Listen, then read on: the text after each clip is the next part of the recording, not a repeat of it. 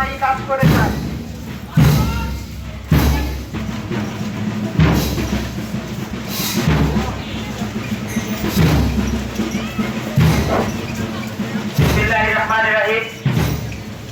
আজ 8ই মে আন্তর্জাতিক red crescent ও red cross দিবস। আজকে এই আন্তর্জাতিক রেড ক্রস এবং রেড ক্রিসেন্ট দিবস উপলক্ষে বাংলাদেশ সিরাজগঞ্জ জেলা ইউনিট শাখার সুন্দর একটি আয়োজন করা হয়েছে।